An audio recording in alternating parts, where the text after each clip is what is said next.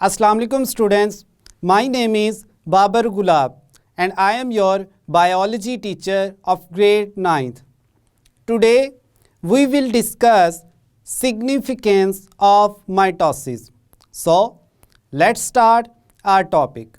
Students, अपने previous lecture में हमने mitosis का जो process था उसको complete कर लिया. हमने last lecture में mitosis की जो phases थी like मेटाफेज, एनाफेज, टीलोफेज और साइटोकाइनेसिस, इन सभी फेजेस को हमने वन बाय वन एक्सप्लेन किया. हमने साथ ही साथ जो फर्स्ट फेज थी कैरियोकाइनेसिस की यानी प्रोफेज, उसको भी ब्रीफली एक्सप्लेन किया. माइटोसिस के प्रोसेस में हमने देखा कि डिफरेंट माइटोटिक इवेंट्स जो हैं वो कैसे होते हैं. एक सेल जो है वो टू सेल्स में कैसे डिवाइड करता है. लाइक प्रोफेज से हमने स्टार्ट किया. प्रोफेज में सेल जो है अपना जेनेटिक मटेरियल लाइक क्रोमोसोम्स इसको डुप्लीकेट करता है, सेंट्रियोल्स को डुप्लीकेट करता है जिससे सेंट्रोसोम्स बनते हैं. इसके अलावा स्पिंडल फाइबर्स की फॉर्मेशन होती है. फिर हमने देखा कि प्लांट्स में चूँकि सेंट्रियोल्स प्रेजेंट नहीं होते तो उनमें माइक्रोट्यूब्यूल्स ही जो कि न्यूक्लियस के पास होते हैं वो एग्रीगेट होकर स्पिंडल फाइबर्स बना देते हैं. फिर हमने बात की मेटाफेज की. मेटाफेज में जो मेजर इवेंट था वो था मेटाफेज प्लेट फॉर्मेशन. हमने कहा कि जो क्रोमोसोम्स हैं वो सेंटर में अलाइन अप होते हैं along the equator of the cell और एक प्लेट लाइक स्ट्रक्चर बनाते हैं जिसको हमने कहा मेटाफेज प्लेट. इसके अलावा हमने बात की कि जो राइट और लेफ़्ट साइड पे सेंट्रोसोम्स हैं उनसे स्पिंडल फाइबर्स इलोंगेट करते हैं और क्रोमोसोम्स के सेंटर पे प्रेजेंट काइनेटोकोर के साथ आकर अटैच होते हैं. इनको हमने कहा था कि काइनेटोकोर फाइबर्स भी कह सकते हैं क्योंकि ये काइनेटोकोर के साथ अटैच हो रहे हैं. इसके अलावा हमने बात की कि कुछ नॉन काइनेटोकोर फाइबर्स भी डेवलप होते हैं जो एक सेंट्रोसोम से दूसरे सेंट्रोसोम तक इलोंगेट करते हैं, यानी वो क्रोमोसोम्स के सेंटर में काइनेटोकोर के साथ अटैच नहीं होते. अब नेक्स्ट हमने जो स्टेज एक्सप्लेन की थी वो थी एनाफेज. एनाफेज में हमने बात की कि जो क्रोमोसोम्स के सेंटर्स हैं इन पर centrosomes through the kinetochore fibres एक पुलिंग फोर्स एक्सर्ट करता है जिसके रिजल्ट्स में क्रोमोसोम्स जो हैं वो सेंटर से कट हो जाते हैं, यहाँ के सेपरेट हो जाते हैं इनटू टू इक्वल हाफ्स और क्रोमोसोम्स के जो सिस्टर क्रोमेटिड्स हैं ये अपने अपने रिस्पेक्टिव पोल्स की तरफ मूव करते हैं. जैसे ही ये क्रोमोसोम के सिस्टर क्रोमेटिड्स अपने अपने रिस्पेक्टिव पोल पर पहुँच जाते हैं, आफ्टर दैट नेक्स्ट फेज जो है वो स्टार्ट होती है जिसको हमने नाम दिया टीलोफेज. टीलोफेज को हमने कहा it is the reverse phase of the prophase. इसमें क्रोमोसोम्स के सराउंडिंग में जो न्यूक्लियस है वो दोबारा से डेवलप होगा यानी न्यूक्लियर इनवेलप जो है वो क्रिएट किया जाता है. इसके अलावा इसमें जो क्रोमोसोम्स हैं वो दोबारा से loose thread like form like chromatin जो है उसमें कन्वर्ट हो जाते हैं.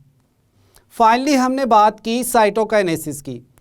Cytokinesis is the division of cytoplasm. हमने कहा कि जो एनिमल सेल्स हैं इसमें क्लीवेज फ्लो डेवलप होती है इन सेल मेम्ब्रेन सेंटर में.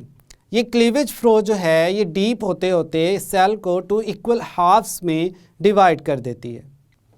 फिर हमने देखा कि प्लांट सेल जो हैं उनमें एक डिफरेंट मैकेनिज़्म है साइटोकाइनेसिस का. प्लांट्स में जो वैक्यूल्स हैं वो सेंटर में आकर अरेंज होकर फ्यूज़ होकर एक प्लेट लाइक स्ट्रक्चर बनाते हैं जिसको हमने नाम दिया फ्रैग्मोप्लास्ट का. ये फ्रैग्मोप्लास्ट इलोंगेट करती है और अल्टीमेटली सेल मेम्ब्रेन के साथ जाके फ्यूज़ कर जाती है. तो इस तरह से प्लांट सेल जो है उसका साइटोप्लाज्म डिवाइड होता है. तो यहाँ तक तो था माइटोसिस का प्रोसेस. अब हमने देखना है कि माइटोसिस जो है इसकी सिग्निफिकेंस क्या है. What is the importance of mitosis.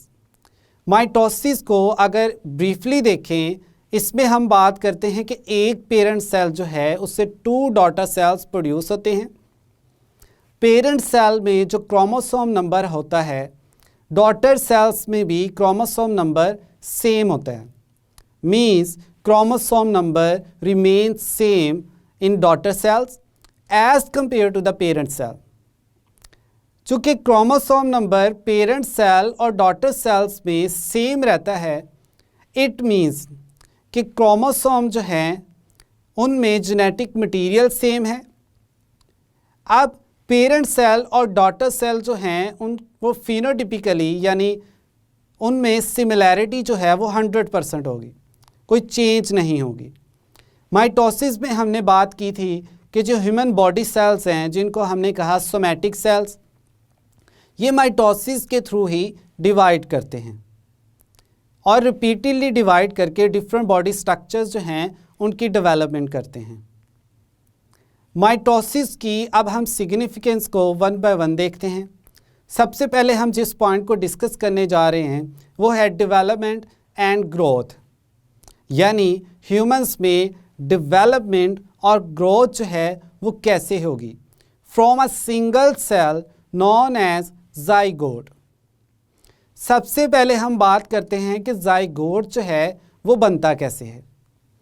Humans में 2 सेक्सेस होते हैं, एक मेल और दूसरा फीमेल। मेल जो है वो स्पर्म्स प्रोड्यूस करता है और फीमेल जो है वो एग्स प्रोड्यूस करती है।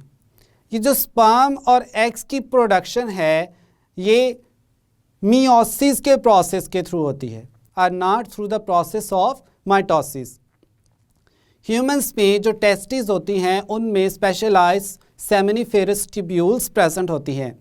इन सेमिनिफेरस ट्यूब्यूल्स में स्पेशलाइज्ड सेल्स जो हैं उनसे स्पर्म्स की प्रोडक्शन होती है।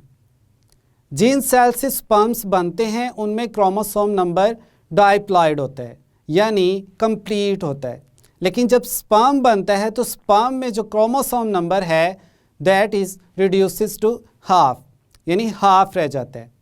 अगर पेरेंट सेल जिससे स्पर्म बन रहा है उसमें क्रोमोसोम नंबर है 46, तो स्पर्म में जो क्रोमोसोम नंबर है वो सिर्फ 23 रह जाएगा क्योंकि ये मियोसिस के थ्रू बन रहा है। अब सिमिलरली जो एग्स हैं वो फीमेल में प्रेजेंट ओवरीज के फॉलिकल सेल्स में बनते हैं। अब एग्स जो हैं वो भी मियोसिस के थ्रू ही बन रहे हैं, तो उनमें भी क्रोमोसोम नंबर जो है हाफ होता है, लाइक 23। अब इस इमेज में अगर आप देखें, स्पर्म के पास जो क्रोमोसोम नंबर है वो है 23, एग के पास जो क्रोमोसोम नंबर है वो भी है 23। अब ये दोनों जो एग और स्पर्म्स हैं ये फ्यूज़ करेंगे और एक डाइप्लॉइड सेल बना देंगे जिसको हम कहते हैं जाइगोट। अब जो जाइगोट बना है उसमें क्रोमोसोम नंबर दोबारा से क्या हो जाएगा, डाइप्लॉइड मीन्स कंप्लीट। अब जाइगोट में 46 क्रोमोसोम नंबर है। यहाँ तक जो प्रोसेस था वो था फर्टिलाइजेशन का प्रोसेस। अब डेवलपमेंट जो है वो जाइगोट बनने के बाद स्टार्ट होती है। जाइगोट तक जो है वो फर्टिलाइजेशन का प्रोसेस था। Now the process of development will be start. अब जाइगोट में चूंकि क्रोमोसोम नंबर 46 है, अब ये डिवाइड करेगा माइटोसिस के थ्रू, क्योंकि इस जाइगोट से कंप्लीट ह्यूमन बेबी जो है उसने डेवलप होना है। अब सारे के सारे जो बॉडी सेल्स हैं वो क्या होते हैं, डाइप्लॉइड, यानी उनमें क्रोमोसोम नंबर जो है 46 होता है। तो जाइगोट में भी क्या है, क्रोमोसोम नंबर 46। अब ये जाइगोट जो है ये सिंगल सेल है, ये डिवाइड करेगा, डिवाइड करते करते ये एक मैस ऑफ सेल्स बना देता है जिसको हम एम्ब्रियो भी कहते हैं। अब एम्ब्रियो जो है उसमें डिफरेंट लेयर्स प्रेजेंट होंगी और उन लेयर्स से फर्दर जो बॉडी ऑर्गन्स हैं, डिफरेंट बॉडी ऑर्गन्स वो डेवलप करेंगे। हमारे पास जो मेजर लेयर्स होती हैं उनको हम कहते हैं मीजोडर्म, एंडोडर्म और एक्टोडर्म्स। ये 3 मेजर लेयर्स होती हैं जो ह्यूमंस के एम्ब्रियो में प्रेजेंट होती हैं। अब इन लेयर्स से डिफरेंट बॉडी पार्ट्स जो हैं वो फर्दर डेवलप होंगे। डिफरेंट बॉडी ऑर्गन्स जो हैं उनकी डेवलपमेंट यहीं से होगी। लाइक डाइजेस्टिव सिस्टम है, जो रेस्पिरेटरी सिस्टम है, स्किन है, इसके अलावा बोन्स हैं, ये सारे के सारे आते हैं डेवलपमेंट के प्रोसेस में। अब जब सारे के सारे बॉडी के स्ट्रक्चर्स बन गए तो हम कहते हैं कि डेवलपमेंट जो है वो अब कंप्लीट हो गई। जब जाइगोट बना था तो उस प्रोसेस तक जो था वो फर्टिलाइजेशन का प्रोसेस कंप्लीट हुआ था। आफ्टर दैट जाइगोट ने डिवाइड किया और सारे के सारे बॉडी ऑर्गन्स या ऑर्गन सिस्टम जो है जब बन गए तो इस प्रोसेस को हम कहते हैं कि जो डेवलपमेंट थी from a single cell that was zygote now has been completed. अब डेवलपमेंट कंप्लीट होगी। अब इसके बाद जो बेबी है उसकी जो ग्रोथ है वो उसका प्रोसेस स्टार्ट होता है, यानी increase in height, width, metabolic activities. अब ये जो प्रोसेसेस हैं ये सारे के सारे आएंगे ग्रोथ वाली कैटेगरी में कि अब बेबी ने जो है वो ग्रो करना है। तो ये है माइटोसिस के प्रोसेस के थ्रू। जैसे ही बेबी ने ग्रो करना है, अगर वो लेंथ वाइज इंक्रीज़ करता है यानी उसकी हाइट इंक्रीज़ हो रही है तो नए सेल्स बने। नए सेल्स कहाँ से बनेंगे?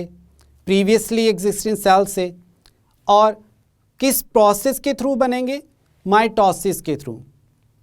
सो in this way mitosis plays an important role in the development and growth of human babies or organisms. Organisms में growth और development के रेफरेंस से जो माइटोसिस है वो बहुत ही important है। अब नेक्स्ट जो हमारी हेडिंग है या पॉइंट है माइटोसिस के सिग्निफिकेंस में वो है सेल रिप्लेसमेंट, कि सेल रिप्लेस कैसे होते हैं। आपको पता है कि ह्यूमन बॉडीज़ में डेली बेसिस पे मिलियंस ऑफ सेल्स जो हैं वो डेड हो जाते हैं, तो अब नए सेल्स जो हैं वो बनाए जाते हैं। तो नए सेल्स जो हैं वो बनते हैं माइटोसिस के प्रोसेस के थ्रू, यानी जो पहले से सेल्स प्रेजेंट होते हैं वो डिवाइड करते हैं और नए सेल्स बनाते हैं। चूँकि माइटोसिस के थ्रू नए सेल्स बन रहे हैं तो उनमें क्रोमोसोम नंबर जो है वो सेम रहता है। अब इसकी कुछ एग्जाम्पल्स को हम देखते हैं। जो डाइजेस्टिव सिस्टम है, जो ओरल कैविटी से स्टार्ट होकर एनस तक इलोंगेट किया हुआ है, यानी कि सारे के सारा सिस्टम जो है वो ओरल कैविटी से स्टार्ट होता है और एनस पे ख़त्म होता है। अब इसके अंदर एपिथेलियल लेयर्स प्रेजेंट होती हैं, लेयर्स ऑफ एपिथेलियल सेल्स। अगर आप हमारे प्रीवियस लेक्चर को रिवाइज करें या रिमाइंड करने की कोशिश करें तो हमने इंटरफेस की जो G0 फेज़ थी उसमें कुछ सेल्स की एग्जाम्पल्स को डिस्कस किया था। हमने उसमें बात की थी कि कुछ सेल्स जो हैं वो डोरमेंट स्टेट्स में चले जाते हैं, यानी स्टेट ऑफ इनएक्टिवनेस, या हमने कहा था स्टेट ऑफ क्यूएसेंस। अब वो सेल्स जो हैं वो डिवाइड नहीं करते, लेकिन कुछ सेल्स जो हैं वो अपनी हाफ लाइफ तक डिवाइड करते हैं या कभी डिवीजन का जो प्रोसेस है उनमें रुक जाता है, या कुछ ऐसे सेल्स भी होते हैं जो कंटिन्यूसली डिवाइड करते रहते हैं थ्रू आउट द लाइफ।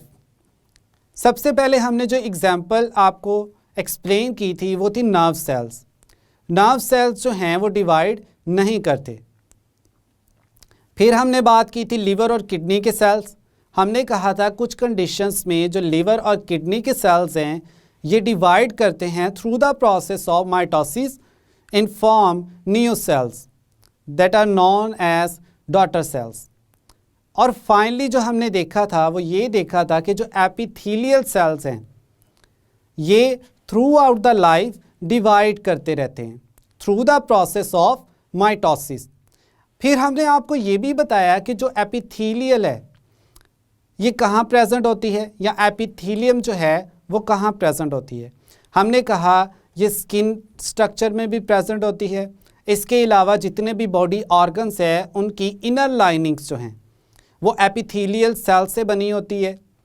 तो अब हम बात करने जा रहे हैं डाइजेस्टिव सिस्टम की जो इनर वॉल है उसमें प्रेजेंट एपिथेलियल सेल्स की।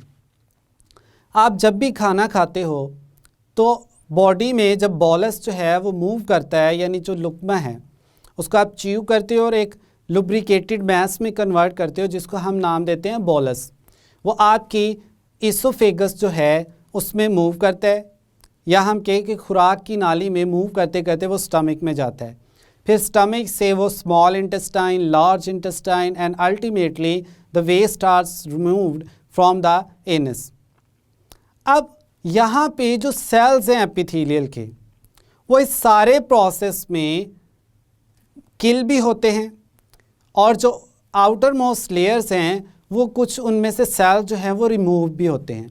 जैसे जैसे फूड आपके पूरे के पूरे डाइजेस्टिव ट्रैक्ट में मूव करता है तो हम कहते हैं some cells of epithelial are sloughed off, यानी कि वो रिमूव होते रहते हैं।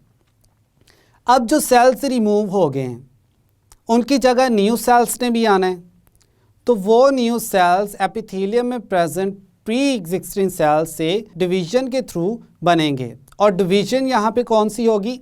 माइटोसिस। जी स्टूडेंट्स, ये थे हमारे दो first points significance of mitosis के, जिसमें हमने डेवलपमेंट एंड ग्रोथ और सेल रिप्लेसमेंट का जो मैकेनिज्म था उसको एक्सप्लेन किया। स्टूडेंट्स, आज के लेक्चर में हमने सिग्निफिकेंस ऑफ माइटोसिस जो है इसको एक्सप्लेन किया। हमने स्टार्ट किया डेवलपमेंट एंड ग्रोथ से, और फाइनली हमने जो बात की वो की सेल रिप्लेसमेंट की। डेवलपमेंट एंड ग्रोथ में हमने एक्सप्लेन किया कि कैसे सबसे पहले जो सिंगल सेल है लाइक ज़ाइगोट वो ह्यूमंस में डेवलप होता है, फिर उसके बाद जो सिंगल सेल है यानी ज़ाइगोट ये डिवाइड करता है through the process of mitosis, और डिवाइड करके सारे के सारे जो बॉडी ऑर्गन्स हैं वो इससे डेवलप होते हैं। हमने कहा कि ज़ाइगोट से पहले जो है वो ज़ाइगोट का बनना जो है वो फर्टिलाइजेशन के प्रोसेस के थ्रू होता है, यानी ज़ाइगोट बन गया फर्टिलाइजेशन के प्रोसेस में। अब इसके बाद इसकी डिवीज़न होती है और पूरे का पूरा जो बेबी बनता है वहाँ तक का जो प्रोसेस है वो है डेवलपमेंट का, यानी सारे के सारे जो ऑर्गन्स हैं या ऑर्गन सिस्टम्स हैं वो अब डेवलप हो चुके। आफ्टर दैट जो है वो बॉडी का जो मैस है या उसकी लेंथ है वो इंक्रीज़ करती है, and that process is known as growth. यानी जो ऑर्गन्स बन चुके हैं या बॉडी में स्किन है या बोन्स हैं, अब इनमें इलोंगेशन होगी। अब जो ऑर्गेनिज्म है उसकी हाइट, उसका बॉडी मैस ये इंक्रीज़ करेगा, तो इस प्रोसेस को हमने नाम दिया ग्रोथ का। फिर हमने कहा कि सारे के सारे जो सेल्स हैं वो ज़ाइगोट से ही बन रहे हैं through the process of mitosis. तो इस तरह से माइटोसिस जो है वो एक सिंगल सेल से कंप्लीट ऑर्गेनिजम्स के बनने में इम्पॉर्टेंट रोल प्ले करती है। After that we discuss cell replacement. हमने बात की सेल रिप्लेसमेंट की, जिसमें हमने बताया कि बॉडी में कुछ सेल्स लाइक एपिथेलियल सेल्स जो हैं वो रिमूव हो जाते हैं। फॉर एग्जांपल हमने डाइजेस्टिव सिस्टम की इनर लाइनिंग जो है उसकी बात की, तो उसकी जगह अब न्यू सेल्स का बनना ज़रूरी होता है। तो न्यू सेल्स जो हैं वो माइटोसिस के थ्रू ही प्री एग्जिस्टिंग सेल्स से बनते हैं। फाइनली हम ये बात करते हैं कि जो माइटोसिस में न्यू सेल्स बनते हैं वो अपने पेरेंट सेल्स से 100% सिमिलर होते हैं। Now the question is here why daughter cells are 100% similar to the parent cells? Answer इसका ये है कि जो पेरेंट सेल्स हैं वो अपनी जीन्स डॉटर सेल्स में पास करते हैं, और जो क्रोमोसोम नंबर होता है वो सेम रहता है, कोई उसमें चेंजेस नहीं होती। तो इसी वजह से जो डॉटर सेल्स हैं वो पेरेंट सेल से 100% सिमिलर होते हैं। तो ये था स्टूडेंट आज का हमारा topic. I hope now you have a clear idea about significance of mitosis and its first two heading like development and growth and cell replacement. मिलते हैं नेक्स्ट लेक्चर में। अल्लाह हाफिज़।